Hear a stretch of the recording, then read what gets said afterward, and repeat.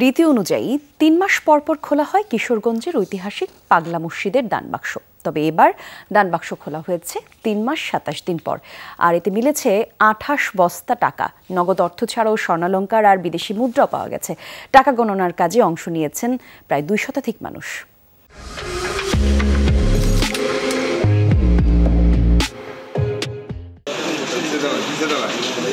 এ যেন টাকার পাহাড়।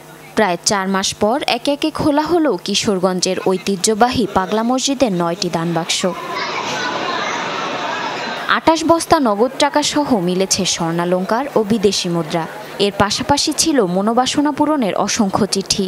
মহা আয়োজনে সকাল থেকে শুরু হয় টাকা গণনার কাজ।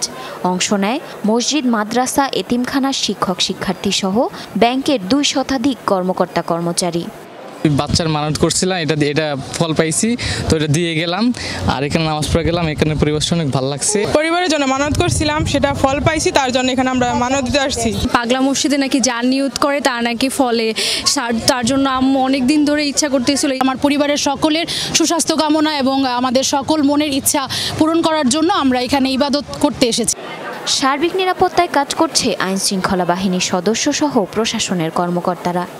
প্রতিদিন এখানে টাকা জমা হচ্ছে।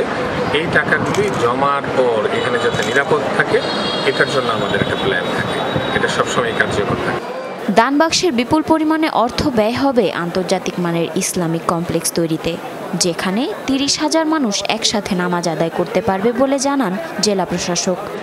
এখানকার মানুষজনের অনেক দিনের দাবি ছিল এখানে বড় একটা মসজিদ কমপ্লেক্স হবে, একটা ইসলামিক কমপ্লেক্স হবে। তো সেই জন্য আমরা কাজ করছি, আশা করছি তারা অন্তত ৩০,০০০ মানুষ নামাজ যাতে পড়তে পারে। এর আগে ২০ এপ্রিল পাগলা মসজিদের দানবাক্সের রেকর্ড ৭,৭৮,৬৭,৫৩৭ টাকা পাওয়া যায়।